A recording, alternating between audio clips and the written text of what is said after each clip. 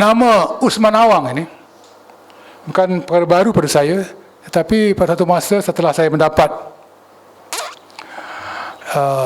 lulus HSC, bapa saya bawa saya ke DBP, barulah saya diperkenalkan kepada beberapa tokoh selain daripada Christmas, termasuk juga Usman Awang. Bawa ke DBP bangunan lama, Datuk Azhari bangunan lama, Wisma DBP, barulah. Tetapi apabila saya dimasuk Malay College dan mengambil mata pelajaran sastra Melayu, mulalah kita belajar tentang kesusastraan Melayu dan kenallah latar belakang Usman Awang. Dan saya tidak mau perkatakan tentang latar belakang Usman Awang kerana ini kita ada tokoh ini yang boleh sebanyak menukar nambah atau memperkatakan dengan lebih baik daripada saya. Merpati putih terbang lagi. Kalau tak silap saya lah, sajak beliau. Kalau tak silap saya lah, saya ingat lupa. Jadi soalan dalam SPM atau MC pada waktu itu. Dan dalam pilihan raya di Johor kemarin, gambar Usman Awang ni keluar setiap kali, mengingatkan, tak tahulah betul tidak, wallahu alam, apakah orang Melayu Johor dah lupa tentang Melayu atau lupa tentang UMNO, tak tahulah. Tapi gambar Usman Awang lah tentang sajak orang Melayu Johor itu digunakan untuk menyedarkan kembali, barangkali sama ada ingat atau tidak atau sedar atau tidak itu hal lain, tapi itulah digunakan untuk mengungkapkan suatu ungkapan yang diungkapkan oleh Usman Awang dalam sajaknya. Dan kita tak dapat melupakan beliau ini kerana beliau adalah di antara tokoh kedua yang menerima anugerah sastrawan negara. Yang pertama Christmas, Christmas mula-mula, lepas tu Usman Awang, kemudian tokoh-tokoh yang lain. Jadi dah tentulah tokoh ini penting, dan tokoh ini juga agak universal perjuangannya, kemanusiaannya sejagat, ya, terkenal sehingga saudara Dr. Victor Pogadik ada, ya, membawa buku untuk dihadiahkan kepada Gapena nanti tentang tulisan terjemahan beliau tentang Usman Awang, dan tentulah diletakkan sebaris dengan tokoh-tokoh sedunia dan tokoh-tokoh Malaysia dan lain. Ini amat penting kepada kita kerana kita pilih hari ini 12 Julai dan seperti sebut tadi saudara Suman Ibrahim tentang apa yang kita telah tetapkan bahawa 2 tahun sekali kita meraihkan, dan itu tidak juga menghalang rakan-rakan di badan gabungan untuk meraihkan juga pada tetap 12 Julai. Ini satu penghormatan yang besar kepada saya dan kepada DBP khususnya, tetapi lebih besar lagi kepada sastrawan negara kita yang telah pun memberi impak dan dampak yang besar kepada perkembangan sastra kesusastraan negara kita. Kerana apabila disebut tentang perkembangan sastra negara kita Malaysia, nama Usman Awang tidak boleh dan tidak akan dilupakan. Barangkali kita akan hanya menyebut nama Christmas, Usman Awang, Syahnun Ahmad. Itu 3 nama yang saya fikir tidak akan dilupakan oleh kita. Walaupun kita sudah memasuki 16 sastrawan negara kita, tetapi nama Christmas, Syahnun Ahmad dan Usman Awang sentiasa dalam ingatan. Dan sebagai kekuatan Usman Awang, sastrawan negara kita itu ialah bidang puisi, maka saya difahamkan tadi seperti yang dilatarkan dalam pengenalan, diambil dan diangkat tarikh tersebut sebagai tanda kita menghargai dan menghormati jasa Usman Awang itu. Dan saya juga ingin memberi penghargaan kepada Gapena yang terus daripada tahun 70 lagi terus mengembangkan bahasa dan sastra kebangsaan kita, membantu DBP untuk menjadikan sastra kebangsaan itu sebagai wahana kepada pembinaan tamadun bangsa kita. Dan insya-Allah DBP sentiasa berusaha untuk memberi bantuan, komitmen apa jua yang diperlukan oleh semua persatuan, bukan setakat Gapena, bukan setakat kerabat Gapena, malah seluruh ahli-ahli ataupun peminat bahasa dan sastra yang dengan sejujur hati, seikhlas hati untuk mendaulatkan sastra dan bahasa kita. Kerana kalau kita sendiri tidak mengembangkan, tidak mempertahankan bahasa dan sastra serta budaya kita, siapakah lagi yang akan mengembangkannya? Saya alhamdulillah 2 bulan yang lepas bila saya tengok Prof. Dr. Victor Pogadev diberi kesempatan untuk melawat ke Moskow di Rusia, dan saya lihat bagaimana orang-orang Moskow, orang Rusia ini secara keseluruhan merupakan tamadun yang besar, begitu menghormati dan menghargai bahasa dan budayanya sendiri. Dan apabila saya sempat sampai ke perpustakaan yang khusus menghimpunkan karya-karya penulis di Asia Timur khususnya, termasuk penulis Malaysia. Ada sejumlah karya kita disimpan di Rusia. Dan pengkajian tentang sastra Melayu khususnya negara kita telah pun bermula sejak tahun 1930-an 40-an lagi. Ini menunjukkan bagaimana bangsa yang besar seperti Rusia, tamadun yang hebat, menghargai bahasa sastra dan budaya. Dan sebelum sesuatu penjajahan itu berlaku, maka yang dikaji ialah bahasa sastra dan budaya sesuatu bangsa itu. Jadi kita perlu belajar daripada bangsa yang besar ini untuk terus mengukuhkan lagi rasa yakin dan mempertahankan bahasa dan sastra serta budaya kita. Tidak ada kurangnya bahasa, sastra dan budaya kita. Saya juga rasa bersyukur kerana dalam desakan kami dalam melaksanakan pustaka selama ini telah dikeluarkan semula perkeliling oleh Jabatan Perkhidmatan Awam tentang pengukuhan pemerkasaan penggunaan bahasa kebangsaan di sektor perkhidmatan awam. Dan ini juga merupakan satu tugas penting pihak GPNA, penulis terutamanya, untuk menghasilkan karya-karya terbaik yang dapat dijadikan bacaan di peringkat semua peringkat kanak-kanak, remaja dan juga dewasa. Sebab inilah bahan penulisan yang baik dan pemikiran yang besar inilah yang akan dapat menyokong perkembangan bahasa dan kita. Sebagaimana kita pada hari ini meraihkan kehebatan pemikiran Usman Awang, begitulah yang kita harapkan agar pengkarya-pengkarya khususnya penulis kita di bawah didikan dan asuhan GPNA serta kerabatnya dapat melahirkan karya. Konsep maruah sebelum mereka dengan selepas mereka. Jadi saya ambil pada tahun 1954 sajak bahasa Bonda. Apabila bercakap tentang maruah, pada ketika itu belum mereka. Jadi maruah bangsa yang cuba diangkat oleh Osman Awang ialah orang Melayu harus bangkit berjuang untuk mempertahankan ataupun menentang penjajahan. Mesti berani. Mesti seorang yang mempunyai semangat untuk menentang penjajahan. Dari maruah bahasa Melayu harus dilihat kepada lingkaran semangat untuk menentang penjajahan, untuk kemerdekaan. Sebab itu kata-kata banyak lebih tentang hal semacam itu. Ya, tentang semangat bangsa damai, merdeka dan pusaka rakyat. Tetapi selepas merdeka, saya dapati Osman Awang lebih banyak bercakap tentang inilah masalah Melayu. Kelemahan orang-orang Melayu.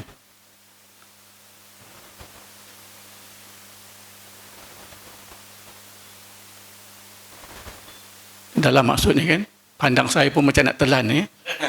Takut saya. Kelemahan orang Melayu di negara kita sendiri. Ibaratkan air itik di air mati kehausan, ayam dikepuk mati kelaparan. Osman Awang melihat kelemahan yang ada pada orang-orang Melayu. Sebab itu kata-kata yang lebih banyak dikatakan oleh Osman Awang ialah pemalu. Inilah orang Melayu.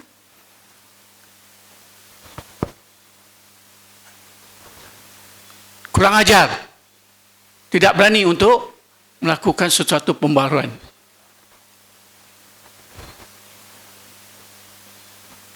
Okay.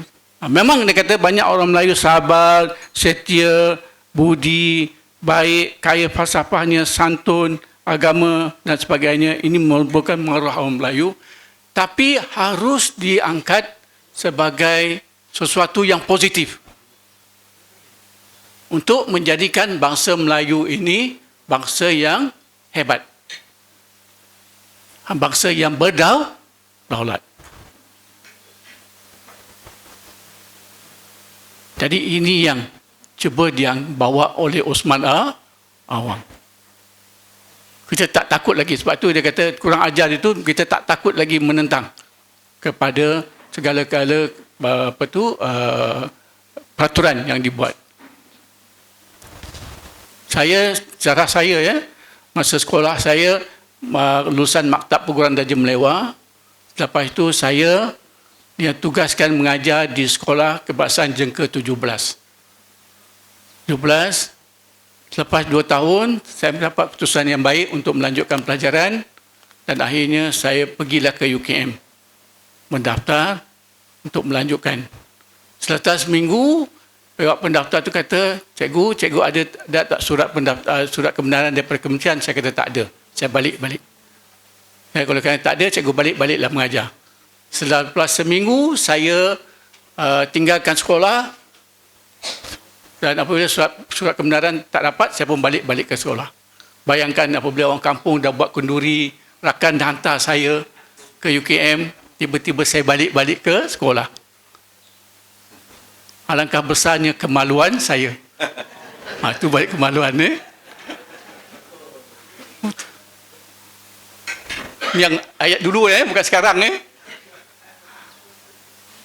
Tapi apabila tahun ketiga, saya mohon ke UM, tidak melalui Kementerian Pendidikan, kalau ada pegawai kementerian, minta maaf saya dapat tawaran dan waktu itu saya juga tak dapat surat kebenaran. Saya mohon tanpa melalui kebenaran Kementerian Pendidikan dan akhirnya saya daftar ke Universiti Melaya dan oleh kerana ingin nak melanjutkan pelajaran, saya terus tinggalkan universiti. Saya terus tinggalkan sekolah. Bukan tinggal universiti, tinggalkan sekolah. Cikgu besar hantar surat. Cikgu baliklah. Kalau tak, cikgu perlu diambil tindakan. Saya buat tak tahu je. Oleh kerana keberanian saya, sebab itu saya terus melanjutkan pelajaran ke Universiti Melaya. Dan terus buat master dan terus buat PhD. Saya menjadi seorang yang kurang ajar. Memang kurang ajar. Kurang ajar kepada kementerian, kurang ajar kepada sekolah dan kurang ajar kepada guru-guru dan kurang ajar kepada masyarakat kampung yang mengharapkan saya mengajar. Tapi oleh kerana kurang ajar saya, itulah yang menyebabkan saya melanjutkan pelajaran ke Universiti Melaya dan membolehkan saya membuat master dan terusnya PhD dan bersara di Universiti Melaya. Oleh kerana kurang ajarnya saya, ini macam timbul semangat pula saudara dan akhir saya takut bila lepas ni habis bangku, periuk, pengan mangkuk semua terbang kerana semangat kurang ajar. Semangat ini yang cuba dibawa oleh Osman Awang. Kita berani menentang segala kezaliman. Kerana arwah ayah puisinya banyak yang saya suka, jadi rasanya susah nak pilih. Tetapi ada sebuah puisi yang saya belum pernah membaca. Saya pernah baca puisi Melayu, tetapi puisi Melayu Johor saya belum pernah. Dan saya juga seperti Encik Hir, kami orang Johor. Bangsa Johor. Okey, alright. Melayu Johor. Melayu Johor telah terlalu banyak kita kehilangan. Sawah ladang bertukar tangan. Pekan dan bandar kita menumpang. Teluk Belanga entah ke mana. Yang tinggal hanyalah pakaian. Sedarah sedaging hampir hilang. Yang ada hanyalah setulang. Selat terberau kian sempit. Hati rindu jauh tergamit.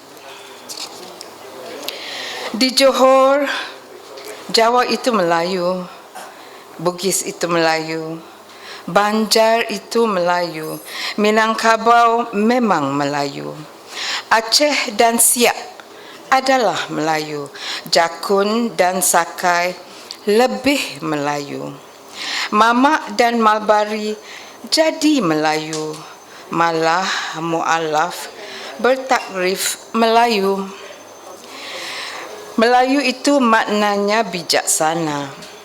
Menipu pun bersopan. Jika menipu, pun bersopan. Kurang ajarnya tetap santun. Dajjal cukup selamba. Budi bahasa jangan dikira. Beraninya cukup benar. Tunduk bila bersalah. Lembutnya cukup jantan. Setia sampai ke kubur. Biar mati adat, jangan mati sahabat. Anak Johor, luka di Tanjung Puteri, parutnya di Parit Raja. Muka biar berseri, mulut biar berbahasa. Berkelahi cara Melayu, menikam dengan pantun, menyanggah dalam senyum, marahnya dalam tertawa. Merendah bukan menyembah, meninggi bukan melonjak. Watak Melayu menolak permusuhan. Jiwa Melayu mengangkat persahabatan. Kasih sayang, kekeluargaan, ringan tulang, saling bertolongan, jujur memaafkan, ikhlas memberikan. Berdamai cara Melayu, silaturahim yang murni, di mulut sama di hati.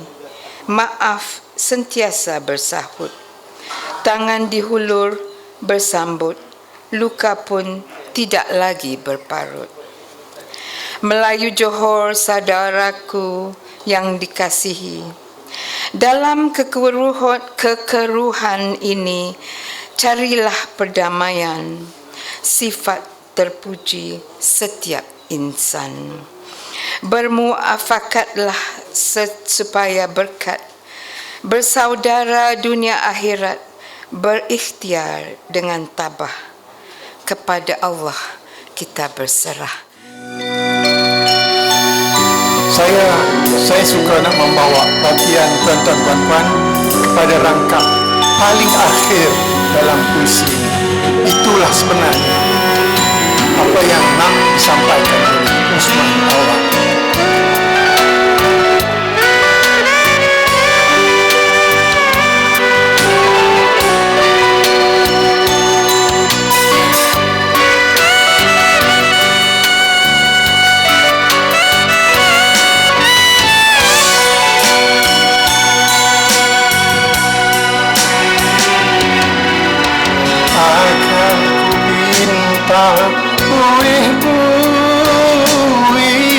Menjadi tali mengikatmu, akan ku anyam gelombang menjadi baju pakaian.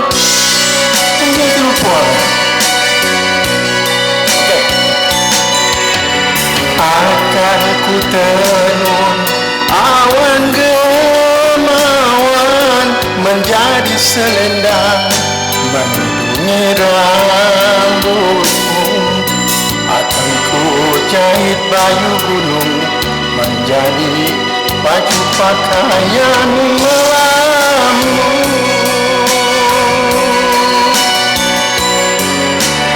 Akan ku petik bintang timur menjadi terang menyinari dadamu.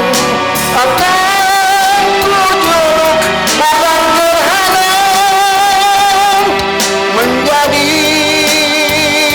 lampu menyuluhi rindu.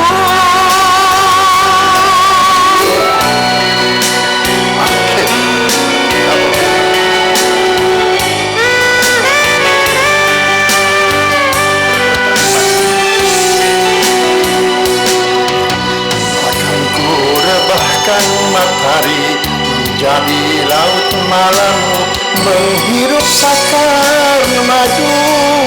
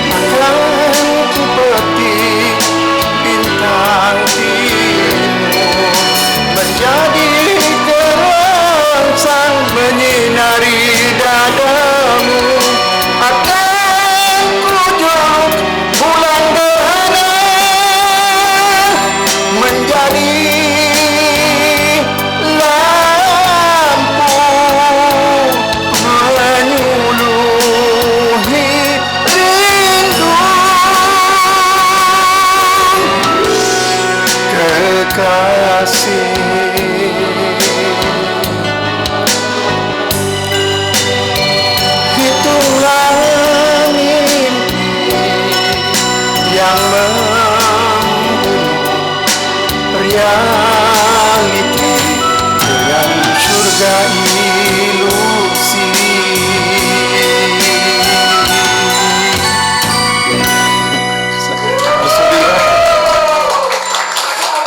Terbunuhnya beringin tua.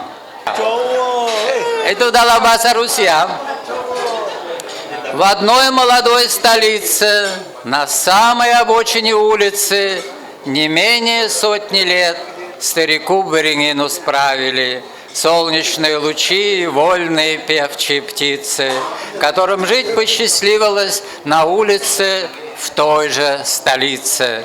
И мотыльки кружились, и забавлялись дети, играя в зарослях густых, забыв обо всем на свете. Но черный день наступил для старого Берегина. Напали на старика чудовищные машины, железные зубы вонзив в беззащитное горло, и страшный раздался стон. Но будущее не стерло последних прощальных слов старого Берегина, которого умертвили чудовищные машины. С тех пор, как наступит час лиловой заката, слышу его слова, исторгнутые когда-то вместе с предсмертным стоном. Прощайте, мои облака, прощай, кустарник зеленый, прощайте, милые птицы и мотылек влюбленный. Прощайте, дети мои, больше уж нам не встретиться. Колесо прогресса все сминая вертится, меня сметает безжалостно со своего пути. Я Берегин, старое дерево, и мне некуда больше идти. Gadis suci.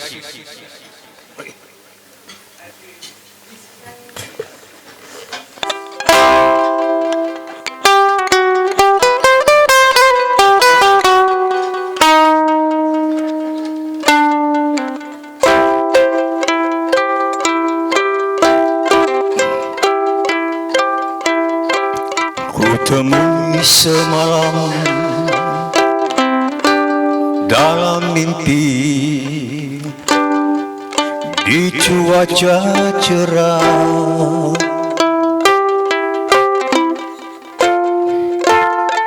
di taman indah sinar mata seribu seri dalam celah penuh cahaya dia datang, dia memandang setangkai teratai, senyum di kepala.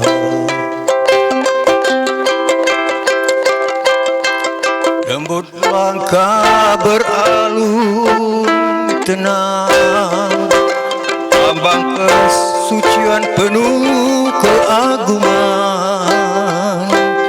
Gadis suci,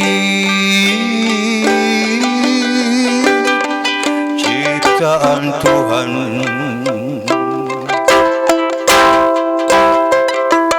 Tapi mimpi mainan hayal tersedar sudah di pagi indah hilang mimpi penuh kesal.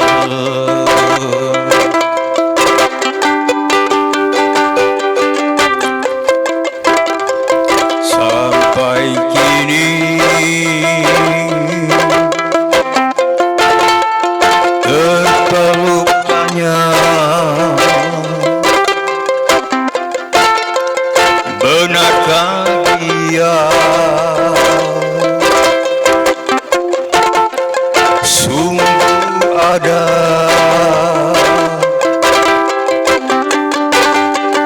hamka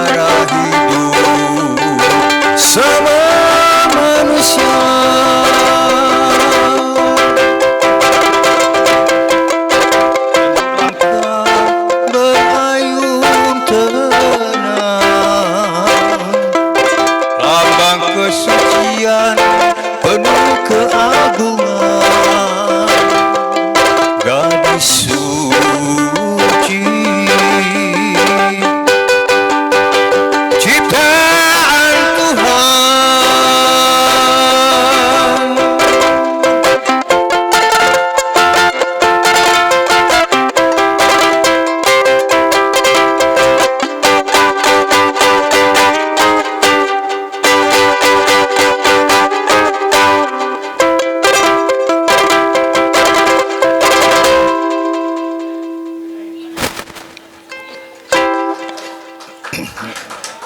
Lagu ni saya cipta waktu buat program dengan RTM, program Anjung Budi. Dia itulah dia. Dengan bismillah saya mulakan syair ini, mari dengarkan. Kepada Allah kita mohonkan, silaturahim kita jalinkan. Usman Awang, seniman rakyat, dalam sejarah ada riwayat. Puisinya hebat, bertamsil ibarat. Hilangnya dia, hati tersayang. Usman Awang seorang seniman, karyanya kuat jadi sebutan. Sepanjang usianya penuh perjuangan,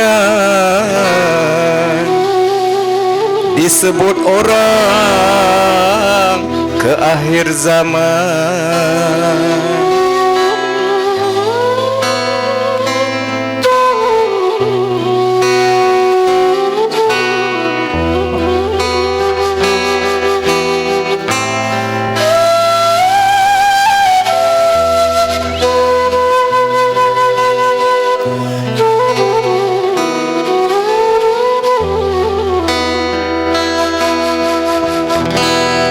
Tulisannya terasa sangatlah dekat,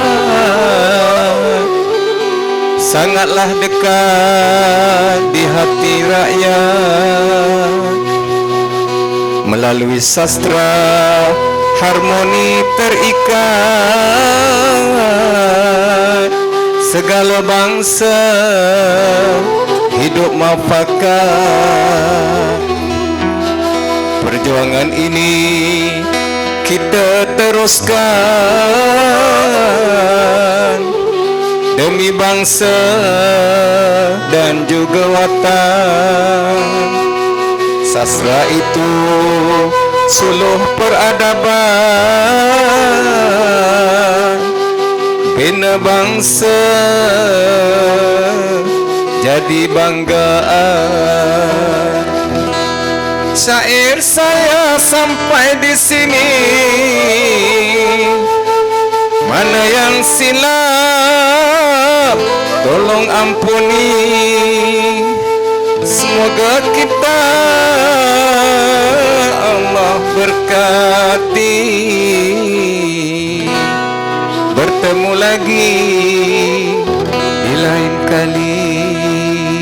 Terima kasih.